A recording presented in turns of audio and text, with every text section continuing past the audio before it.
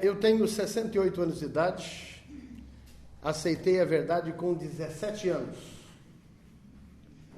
Não gosto de mecânica.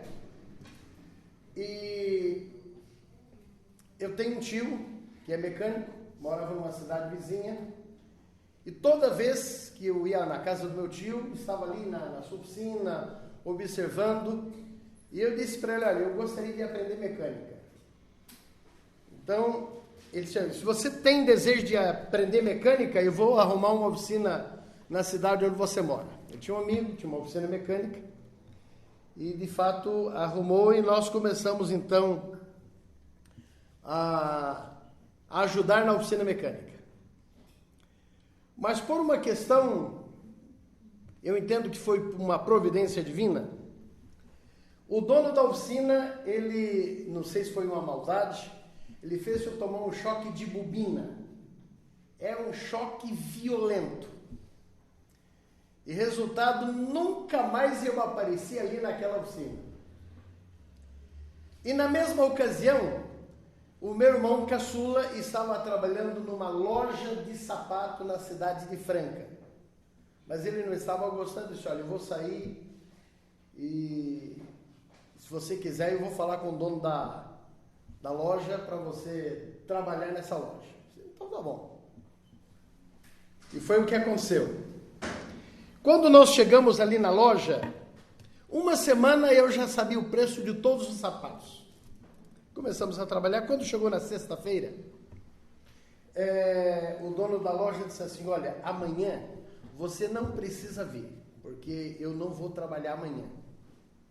E a loja ficava bem na frente da rodoviária. O melhor lugar de movimento ali naquela cidade. Muito movimento. Todas as pessoas que vinham do interior desciam ali na rodoviária. Era um ponto extraordinário. Ele no fundo tinha uma alfaiataria e a loja na frente. Ele cuidava da alfaiataria e eu ali na loja vendendo os sapatos. Aí eu disse, olha, mas por que você vai fechar? Amanhã é o melhor dia de muito movimento. Disse, não, depois eu te explico. Na segunda-feira eu te explico. E aquilo ficou na cabeça, mas por que será que ele não abre a loja no sábado? Aí ele disse, olha, no domingo, se você quiser vir na parte da manhã, eu vou estar aqui. Tudo bem, no domingo eu apareci lá na loja. Na segunda-feira, a primeira coisa eu disse para ele, senhor José, por que você não abriu a sua loja no sábado? E ele então pegou a Bíblia e já mostrou Êxodo 20 e leu todo o capítulo 20 de Êxodo. Aqui está a razão porque eu não trabalho no sábado. Porque o sábado é o quarto mandamento da santa lei de Deus. E aquilo me chamou muita atenção. E eu fiz uma série de perguntas para ele. Passamos aquele dia estudando a Bíblia. Perguntando, ele respondendo. Fazia mais perguntas, ele respondendo. Eu tinha 17 anos de idade.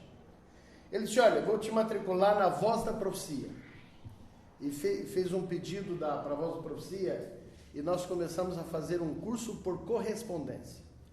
Era uma alegria quando a lição da Voz da Profecia chegava. Eu começava a estudar, tinha dúvida, eu perguntava para ele ajudava, e eu ia estudando e respondendo, mandava para o correio, recebia de volta, e assim até o último estudo. Depois pedimos novamente um outro curso, um curso avançado. Resultado, no dia 10 de janeiro de 1965, tive o privilégio de descer as águas batismais. Mas a minha família era uma família de tradição católica, praticante por parte da minha mãe, e espírita por parte do meu pai. Era uma família assim, praticamente dividida. Meu pai não tinha muita imposição, quem comandava a casa era a minha mãe, então todos nós éramos católicos. Mas éramos católicos praticantes, de comungar, de confessar, de assistirmos à missa todos os domingos, e aquilo realmente mexeu comigo. E eu agora comecei a frequentar a igreja adventista escondido.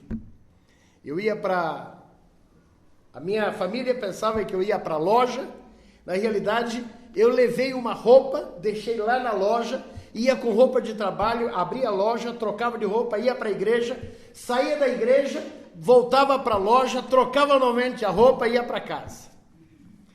E quando foi no dia 10 de janeiro, tomei a decisão de selar a minha vida através do santo batismo. Mas não pedi autorização para ninguém, porque eu criaria uma confusão na família. Naquela ocasião comecei a servir o exército, tiro de guerra. Passamos por muitas dificuldades, por muitas provações. Mas graças a Deus nunca transgredimos o sábado ali no quartel.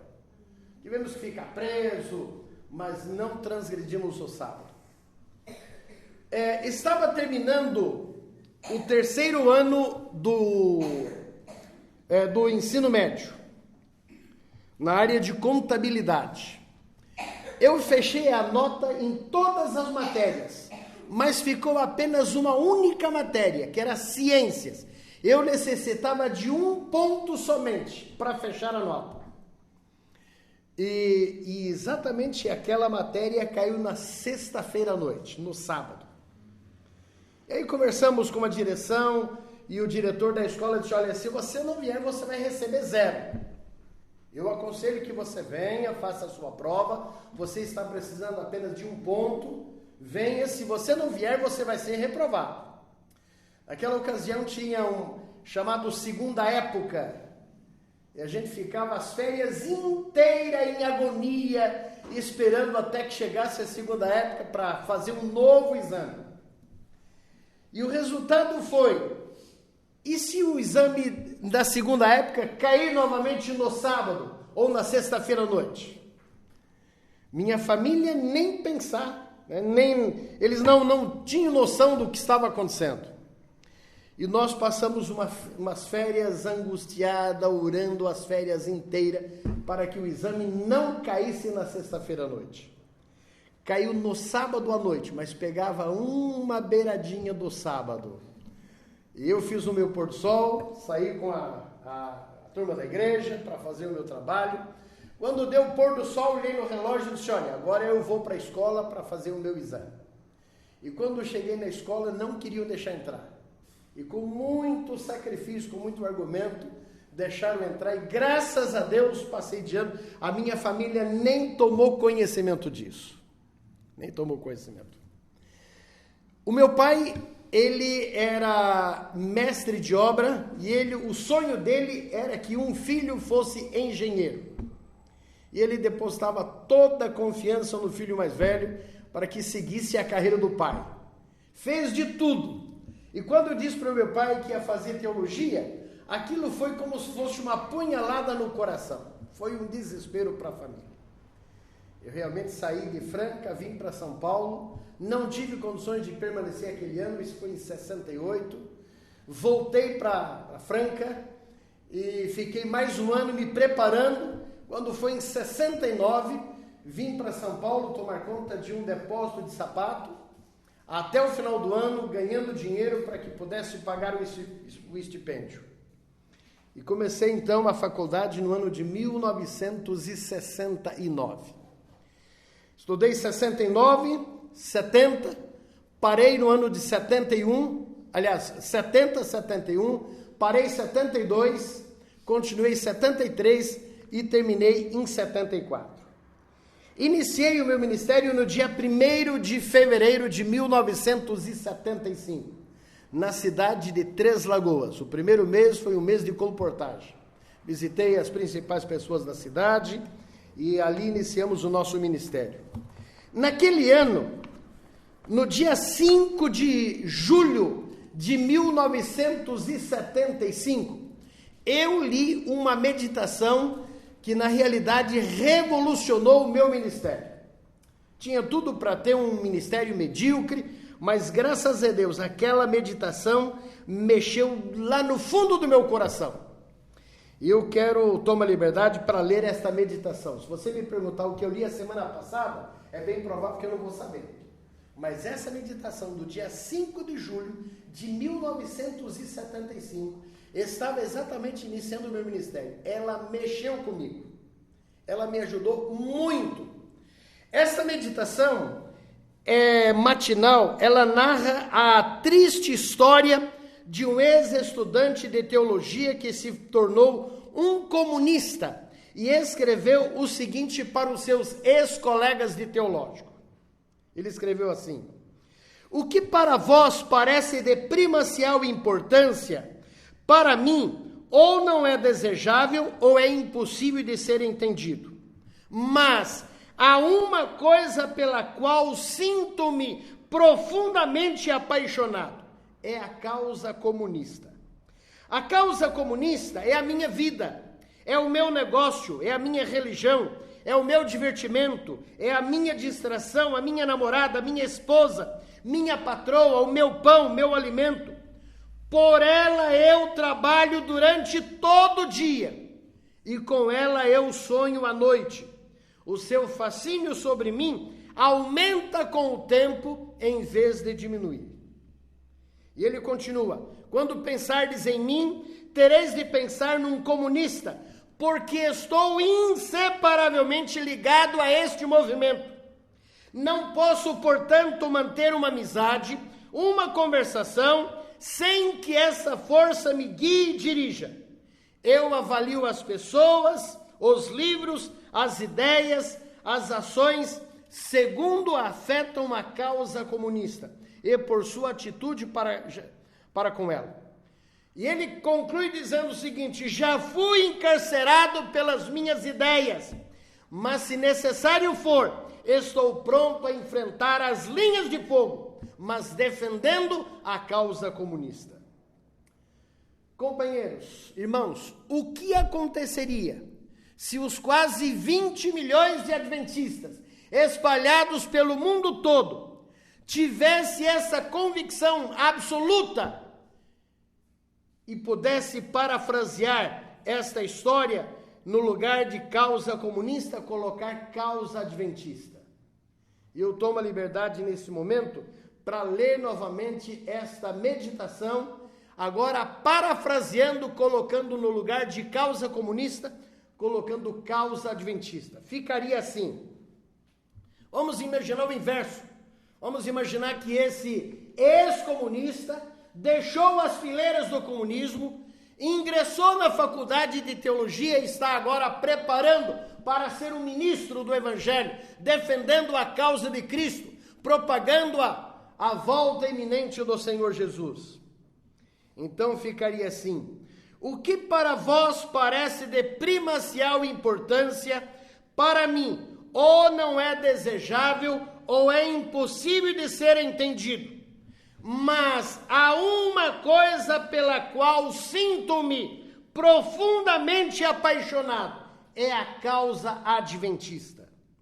A causa adventista é a minha vida, é o meu negócio, é a minha religião, é o meu divertimento, é a minha distração, é a minha namorada, a minha esposa, a minha patroa, meu pão, meu alimento. Pela causa adventista, eu trabalho durante o dia todo e com ela sonho à noite. O seu fascínio sobre mim aumenta com o tempo em vez de diminuir. Quando pensardes em mim, tereis de pensar numa adventista, porque estou inseparavelmente ligado a este movimento. Não posso, portanto, manter uma amizade, uma conversação, sem que essa força me guie e dirija. Eu avalio as pessoas, os livros, as ideias, as ações segundo afetam a causa adventista e por sua atitude para com ela. Seguramente não fomos encarcerados ainda, mas eu pergunto, nós estamos preparados para enfrentar a linha de fogo, se isso for necessário? Estamos? Eu entendo que essas perguntas são inquietantes, mas elas têm que ser respondidas. Tudo depende da motivação que vai no fundo do nosso coração. A motivação conta ponto. Às vezes nós podemos realizar um grande trabalho com uma motivação equivocada. Isso não tem valor nenhum diante de Deus. E agora, para terminar, eu quero ler uma mensagem que nós encontramos aqui no livro de 1 Coríntios, capítulo 13. Esse capítulo fala sobre a motivação genuína, a motivação que deve estar impregnada no nosso coração. O apóstolo Paulo diz assim: ainda que eu fale a língua dos homens e dos anjos, se não tiver amor, serei como bronze que soa ou como símbolo que retine. Eu poderia ter uma versatilidade muito grande, poderia dominar todas as línguas do mundo inteiro, falando fluentemente o inglês, o espanhol, o russo, o ucraniano, o português, o francês, o inglês, qualquer outro idioma. Mas se a minha motivação não for a motivação do amor, eu não terei nenhum valor diante de Deus. Porque a única motivação válida diante de Deus é, sem dúvida nenhuma, a motivação do amor. A Bíblia diz que Deus amou o mundo de tal maneira que deu o seu Filho unigênito, para que todo aquele que nele crê não pereça, mas tenha a vida eterna. Ainda que eu fale a língua dos homens e dos anjos, se não tiver amor, serei como bronze que soa ou como símbolo que retine. Ainda que eu tenha o dom de profetizar, ainda que eu descortinasse o tempo, mostrasse o que vai acontecer no futuro, com profunda exatidão, mas se a minha motivação não for a motivação do amor, eu continuarei tendo uma motivação equivocada e sem nenhum valor diante de Deus. Ainda que eu fale a língua dos homens e dos anjos, se não tiver amor, serei como bronze que soa ou como símbolo que retine. Ainda que tenha o dom de profetizar e conheça todos os mistérios, eu poderia conhecer a álgebra, a química, a física, a biologia, a astronomia e qualquer outra ciência nesse mundo. Mas se a minha motivação for uma motivação equivocada, ou a motivação do egoísmo, eu não terei nenhum valor diante de Deus. Ainda que tenha o dom de profetizar e conheça todos os mistérios e toda a ciência, ainda que eu tenha tamanha fé, uma fé robusta, capaz de suportar a fome, o cansaço, a sede, a demora, uma fé que não desfaleça mesmo que severamente testada. Mas se a minha motivação não for uma motivação correta, a motivação do amor, eu não terei nenhum valor diante de Deus. Nem eu e nem você. Ainda que eu fale a língua dos homens e dos anjos, se não tiver amor, serei como bronze que soa ou como símbolo que retine. Ainda que eu tenha o dom de profetizar e conheça todos os mistérios e toda a ciência, ainda que eu tenha tamanha fé, a ponto de transportar montes, se não tiver amor, nada disso, nada serei.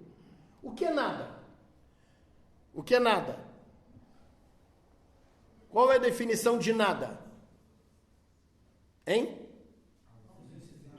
E o que é ausência de tudo? E o que é nada? Nada é nada, não é? É verdade. Uma vez estava contando uma historinha para as crianças e era uma história das abelhas. E disse assim: olha, vocês conhecem a abelha? O menininho assim de uns 4 anos levantou a sua mãozinha e disse: eu sei, tio, o que é abelha. Eu perguntei: o que é uma abelha? Ele disse: uma abelha? É uma abelha. Que resposta inteligente. Nada é nada. Mas eu tenho uma definição do nada. Nada vai ser o diabo depois do milênio. O diabo será reduzido a nada. E juntamente com ele, todos os anjos maus, todos os ímpios, aqueles que tiveram uma motivação equivocada no coração, o egoísmo, e não tiveram condições de vencer esse pecado capital, serão reduzidos juntamente com o diabo, ou serão reduzidos a nada. A última parte, o verso 13 diz assim: ainda que eu distribua todos os meus bens entre os pobres. Eu até poderia dizer numa linguagem bem adventista, ainda que eu fosse um fiel dizimista, ainda que eu fosse um fiel pactuante, Mas se a minha motivação não for a motivação do amor, eu não terei nenhum valor diante de Deus. Porque a única motivação válida, sem dúvida nenhuma, é a motivação do amor. A última parte do verso 3 diz assim: ainda que entregue o meu próprio corpo para ser queimado, se não tiver amor, nada disso me aproveitará. Mesmo que eu fosse um mártir, dando testemunho em praça pública, sendo lambido pelas chamas devoradoras da intolerância religiosa. Mas se a minha motivação for equivocada, isso não vai adiantar nada. A única motivação válida diante de Deus é a motivação do amor. Por que nós doamos? Por que nós trabalhamos? Qual é a motivação que vai no seu coração? Eu entendo que nesta noite cada um de nós deveríamos fazer uma avaliação criteriosa. Analisar. Que motivação estou tendo? Por que estou realizando determinado trabalho?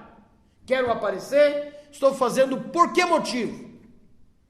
Nós precisamos aprender cada vez mais a trabalhar pela motivação correta. Às vezes aqui neste mundo nem somos valorizados, nem reconhecidos. Mas seguramente seremos valorizados quando Cristo voltar nas nuvens dos céus, com todo o poder e com toda a glória. Seremos valorizados.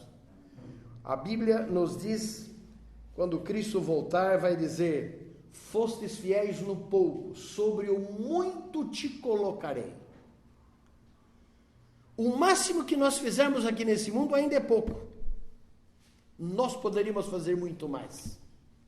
Poderíamos ir muito mais além. E eu quero agora terminar com o verso que iniciei. Apocalipse, capítulo 2, e o verso 10, e eu quero ler agora a última parte. Ser fiel até a morte. Ninguém morreu aqui ainda, né?